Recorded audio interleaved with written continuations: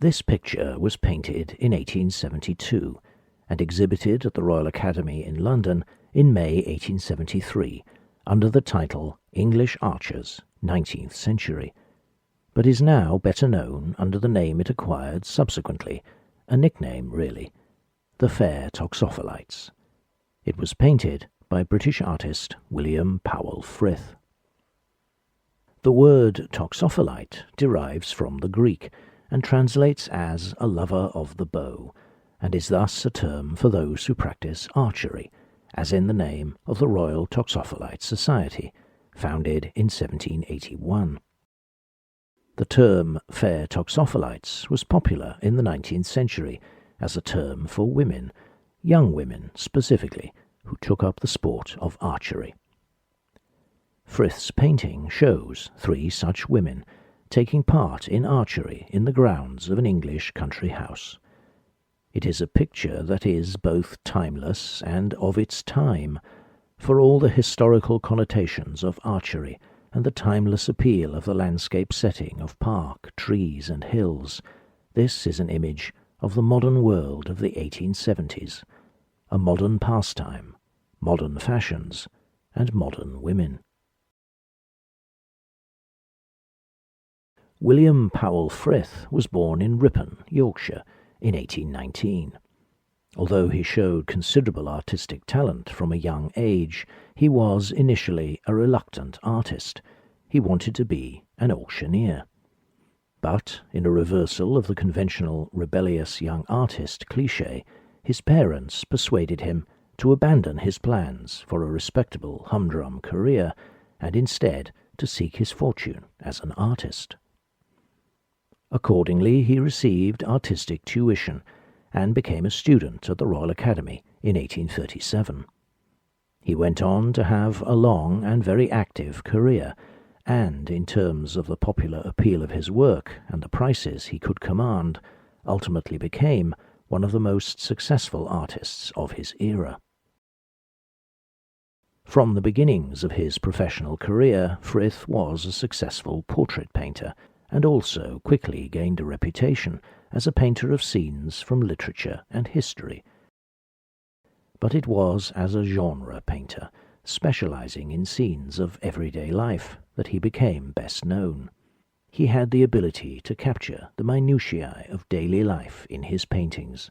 His works often depicted scenes from working-class life, but also from the lives of the middling classes of Victorian society, who were his clients and patrons, and who could recognize their own lives and experiences, and perhaps also their hopes, joys, insecurities, and anxieties in his paintings.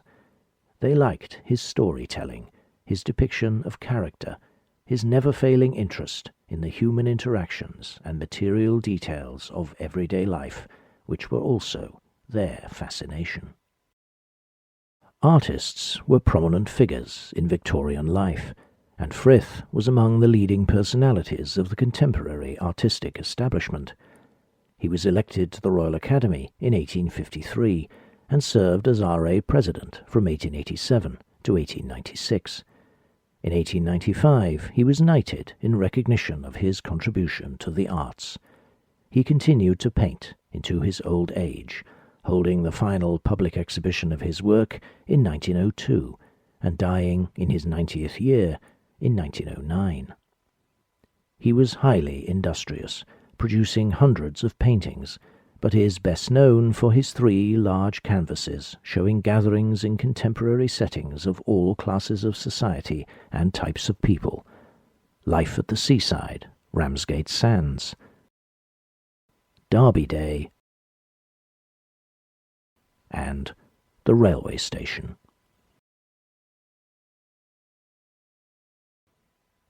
These works were sensations in their time and were viewed by thousands. It was an age of the theatre, the panorama, and the encyclopedia, and in many ways these paintings resembled these other forms of cultural production and mass entertainment.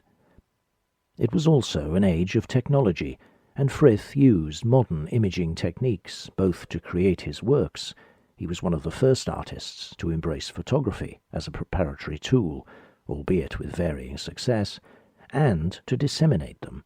His paintings reached their widest audience through the means of published engravings. Frith's works stand today as iconic representations of the Victorian era.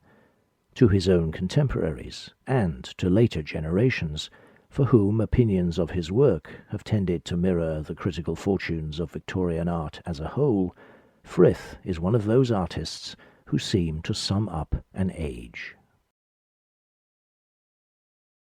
The Fair Toxophilites was painted in the early 1870s, 20 years and more after the large works which had made Frith an artistic celebrity.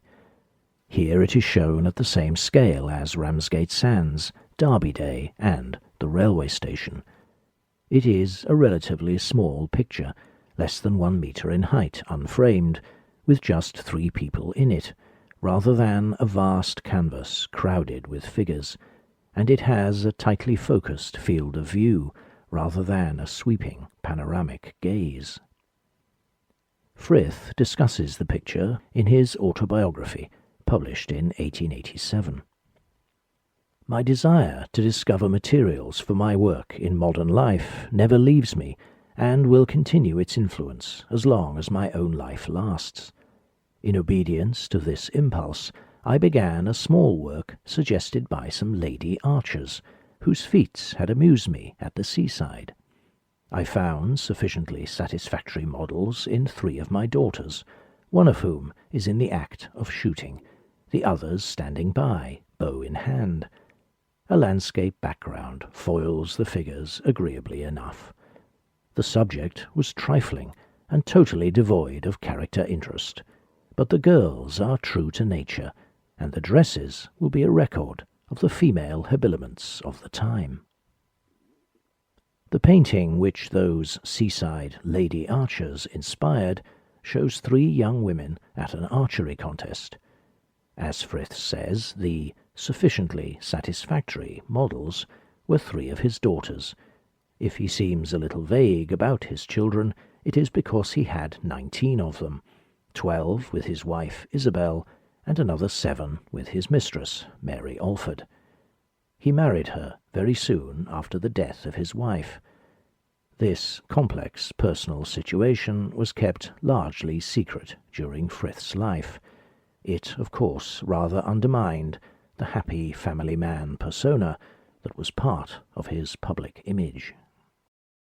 The 3 Frith daughters shown in the painting are Louise, known in the family as Louis, who was born in 1850, Alice, born in 1853, and Fanny, family nickname Bunch, born in 1855.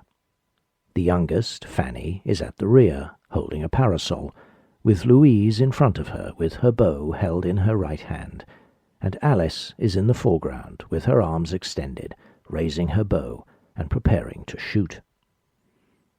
It is sometimes said that it is Louise who is standing in the foreground, with Alice behind her, but when the painting was exhibited at the Whitechapel Art Gallery in 1952, the 3 figures were described as, from left to right, Alice, Fanny, and Louise. This captioned reproduction comes from the Illustrated London News. It is very likely that this information came from the then owner of the painting, Mrs. Shepherd, who was Alice's daughter, and presumably knew who in the picture was who. The Fair Toxophilites seems to have been regarded by Frith's family as essentially a family portrait, and it remained in the ownership of members of the Frith family until 1976, when it was acquired by the Royal Albert Memorial Museum and Art Gallery in Exeter, where it remains in the collection today. So, why did Frith paint a picture of archery, and specifically female archery? As we have heard, Frith, in his account of the painting, explains that this theme was suggested by some lady archers, whose feats had amused me at the seaside. At the time when Frith painted the Fair Toxophilites, archery's popularity as a sport was under challenge from croquet and lawn tennis, but it remained a popular and highly visible aspect of Victorian leisure and sporting life, certainly for the middle and upper classes. The rise of archery as a popular recreation had begun in the later 18th century. It was initially a mainly aristocratic pastime, but during the early 19th century it extended its popularity to the middle classes, and, aided not least by the enthusiasm of Queen Victoria for the sport, by the 1850s its popularity was firmly established. At a time when medievalism was in vogue, archery's long historical pedigree, its associations with Cressy, Agincourt, and the tales of Robin Hood, added an extra layer of appeal to the sport. Nor were lady archers a rare or unusual phenomenon. Quite the contrary. 18th century archery clubs and competitions were commonly open to women, and the sport rapidly became associated with female participation at every level. As the noted archer Horace Ford, who was several times champion archer of England in the 1850s and 1860s, observed in the 1856 edition of his book Archery, Its Theory and Practice, archery has one peculiarly bright feature, and this is that its practice is allowable to both sexes. Hardly any other amusement admits of this. Archery was seen as particularly suitable for women.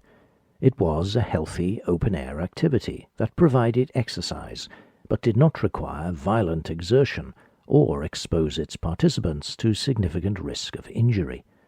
The movements and postures it required, and the pace of play, were compatible with the grace, elegance, and poise regarded as essential to femininity. It also provided a way for women to socialize and participate in outdoor activities, which tended to be male-dominated, and to interact with and compete with men on a basis of near equality, given that the male physiological advantages of size and strength were largely irrelevant to achieving high standards in archery. Indeed, women very often proved to be better archers than men. As the Dublin Daily Express of 9th August 1867 reported of a recent archery meeting, many of the ladies were most skilful archers. It soon became clear that the superiority was on the part of the Fair Toxophilites, and certainly their shooting was not only far more accurate than that of the sterner sex, but was really distinguished by a high standard of excellence. In his popular 1840s manual, The Book of Archery, the archer George Hansard summed up the appeal of archery for women as follows. The example of the noble and the wealthy had, no doubt, considerable influence on the spread of archery. Nevertheless, its own intrinsic excellences were its chief recommendation. Requiring no excessive corporal exertion, a combination of the most graceful positions of all the bodily exercises, and invariably associated with refined and polished society, the bow appears especially adapted for relieving the sedentary occupations to which women are still far too much devoted. Our countrywomen, long rebels in heart, did not neglect so favourable an occasion for emancipating themselves from the ancient tyranny of harpsichord, spinet, backboard, and embroidery frame. Almost any image of archery competitions from the 19th century will show both women and men competing, as in this painting of an event in Leicestershire in 1850. Images like this also show the social interaction which took place at archery events, and which became one of their chief attractions. Archery competitions take a prominent place in such novels as George Eliot's Daniel Deronda, published in 1876, and, on the other side of the Atlantic, Edith Wharton's The Age of Innocence, published in 1920, but set in the 1870s, and in Anthony Trollope's Barchester Towers of 1857, although no edition of that book seems to use Frith's painting as a cover illustration, unfortunately. The social aspect of archery, and in particular the supposition that women took part in the sport mainly to find a husband, was often commented on, with references to Cupid's bow and amorous darts. William Makepeace Thackeray wrote in Vanity Fair that the noble ambition of matrimony was the main reason for young women to take up archery and wear Lincoln green toxophilite hats and feathers, so that they may bring down some desirable young man with those killing bows and arrows of theirs. The correspondent for the Royal Leamington Spa Courier of 15th June 1867, reporting on the Leamington and Midland Counties' annual Grand Archery Meeting, observed that among the fair Toxophilites were doubtless those whose darts pierced inflammable hearts. And 20 years later, the penny illustrated paper for 7th August 1886 commented that while lawn tennis may have put the nose of archery out of joint to some extent, fair Toxophilites still draw the long bow, winning hearts and purses at will as heretofore. Archery events were an opportunity for women to display their skills and to look their best, and that was reflected in the costume and fashion associated with the sport. Some archery clubs had a particular uniform, a version of which would be worn by women. This can be seen in this print of a meeting of the Royal British Bowmen at Erddig in North Wales in 1822, in which female members of the society wear a dark green dress which echoes that worn by their male colleagues, and in fact there is a surviving example of this costume in the collections of Manchester Art Gallery. More generally, however, and increasingly as the 19th century wore on, there were no uniforms prescribed for female archers, just an expectation that clothing would be smart, attractive, and practical. Dark green fabrics associated with forests were popular, but by no means universal. The lack of violent physical movement in archery meant that all the various fashions in women's clothing, puff sleeves and pagoda sleeves, crinolines and bustles, could be worn while practicing the sport, which gave it the added appeal of not requiring a woman to abandon fashionability in order to take part. There were standard accessories for archery, belt, quiver, scorebook, and so on, and it was the combination of these with fashionable and practical styles of day dress that made up the typical woman's archery costume. It is clothing of this kind, in contemporary styles, fabrics, and colours, rather than any set uniform, that Frith's Fair Toxophilites are wearing. The painting is thus a blend of historical resonance and contemporaneity, the longbow harking back to medievalism and the long history of English martial endeavour on the field of battle, combined with the figures of modern young women in up-to-the-minute fashions, taking part in a modern leisure activity. The picture is, as Frith implied in his own comments on it, a simple one, in both the elements it comprises and the composition. The three figures dominate the canvas, filling the right-hand side of the painting. Their flattened forms suggest a sculptural frieze rather than a painting representing a three-dimensional scene. The vertical centerline of the canvas passes along the front of Alice's figure, so that her outstretched left arm creates a dramatic horizontal penetration of the left-hand half. The horizontal centerline supports that left arm, which holds her bow, providing a crucial compositional device that draws the elements of the picture together and gives the figures stability. A division of the canvas into thirds provides an additional grid to structure the image. Horizontally, a line running through the lower brims of the women's hats marks the upper third of the picture, while the balustrade of the house and Louise's left hand rest on a line marking the lower third. A vertical division into thirds is presented by the centre of the parasol and the line of Alice's back and shoulder on the right, and the placing of the bowstring and Alice's elbow on the left. There is thus a fairly strong grid underlying the composition, over which the curves of fabric, hats, and bows and the softer forms of the parkland and landscape create patterns and arabesques. The grid is also reinforced by the distinction between the crowded right side of the picture and the emptier left side.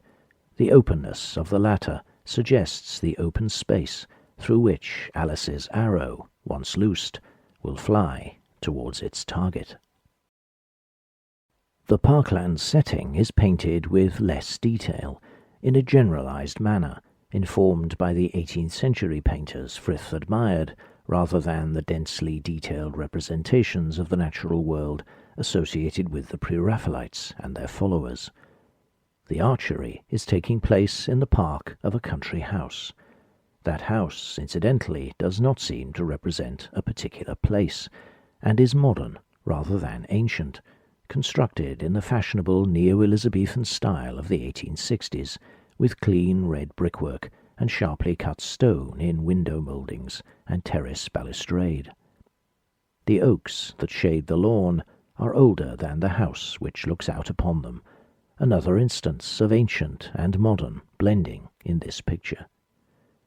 The homely setting of house and park contrasts with the backdrop of bare moorlands reminiscent of Frith's native Yorkshire, with stunted windswept trees, a flock of sheep, curls of mist, and some large black birds, which again evokes the chivalric past of archery. The paint is applied smoothly, in Frith's usual manner, with a highly finished surface. Frith was often criticized for the hardness of his representation of flesh, with his faces, as here, not uncommonly resembling china dolls. But the fabrics show an aspect of painting in which Frith excelled, lush and convincing in texture and fall of cloth, and in their strong but not overwhelming colours. The dresses reflect the conventional style for archery by the 1870s, fashionable day dresses rather than specialized archery uniforms, with lace edgings for collars and jabots, and much use of ribbons, lace, and layered fabrics. Both Alice and Louise are wearing leather archery gloves on their right hands to provide protection from the bowstring, and must be wearing arm braces too, but they cannot be seen as they are on the inside of the left forearm, under the outer sleeves. Fanny's right hand can be seen on the handle of her parasol. Alice's dress is sometimes described as white, but is in fact a pale silvery grey. This can clearly be seen in the original painting. Reproductions do not always bring the shade out correctly, but the contrast between this shade and that of Fanny's costume and Louise's collar, both of which are white, is clear. She has a bodice jacket with pagoda sleeves, less suitable for archery than a slim sleeve closely fitted to the arm, but very fashionable, and her overskirts are layered with a pannier at the back to form a bustle, emphasized by a mauve bow, to create the ideal 1870s female silhouette. Her dress is embellished with Bedford lace, which was handmade rather than machine-made, but was relatively cheap, because the women who made it were paid so little. The mauve colouring of her bow and the ribbon on her hat was, in the 1870s, a fairly modern innovation. It was one of the first chemical dyes, the introduction of which revolutionized the colouring of fabrics by increasing the range of shades available far beyond what could be created by natural dyes. This striking double splash of colour proclaims the modernity of the image as powerfully as any of its other details. The hats are very much of their era. They are relatively small and high-crowned, and draw inspiration from 18th century styles. They are embellished with feathers, which was de rigueur for archery headwear, and ribbons, and are worn modishly tipped forward over the brow. Little can be seen of Fanny's dress, except that it is white, embellished with lace, with a pink bow at the collar, which echoes the colouring of her hat and parasol. Louise's cream jacket would be worn over a bodice, and her overskirt is of a passionate deep red. Louise's costume is of particular interest because of the array of archery equipment which she wears, suspended from a chain attached to a belt worn high on her waist. In his very popular work of the 1850s on The Theory and Practice of Archery, Horace Ford noted that while gentlemen had coats with pockets for the storage of their various accessories, ladies still find it almost absolutely necessary to carry a belt for their various requisites. The quiver would often be hung from the belt, although no quivers are visible in Frith's painting. The items attached to Louise's belt are a green worsted tassel, which was used to clean arrows when retrieving them from the ground, a notebook used to record scores, beeswax in an acorn-shaped container, and a bone or ivory pricker, which would be used to record where arrows hit the target. This would be done by pricking holes in a miniature reproduction of the target, which is not visible here. All these items, and some others, including the quiver and the miniature target, can be seen on the belt of a slightly earlier female archery outfit, which belonged to Mrs. Fanny Gaveen in the 1850s, and which is now part of the costume collection at the Museum of London. An archery score kit from the same period is at the Victoria and Albert Museum. Frith's picture was exhibited at the Royal Academy in 1873, in a frame embellished with a quotation from King Lear, "The bow is bent and drawn, make from the shaft." The Academy exhibition of that year was generally judged to be one of the weakest for many years, and Frith's English Archers was among the works which were rather negatively received. The reviewer for the Athenaeum criticised the passionless look in the archer's eyes, while the Liverpool Daily Post found fault with Frith's pasteboard-looking dolls of young ladies. The Saturday Review saw in the painting an artist who had become stale and uninventive, and suggested that the ideas in Frith's work are poor in the scale of intellect, a criticism which ironically echoed Frith's own description of this painting as trifling and totally lacking in character interest. The review in the Morning Post was perhaps the most positive and the most perceptive, and provides a suitable note on which to end. English Archers of the 19th Century by Mr. W. Frith is a pleasing example of the prevalent taste for fancy portraiture. These fair Toxophilites in Victorian costume, who stand with bow in hand in the park adjoining an Elizabethan mansion, are unmistakably limned from the life.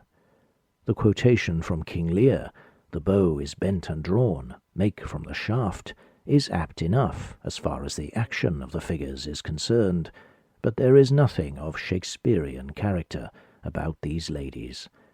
They belong to the present period, and adorn it.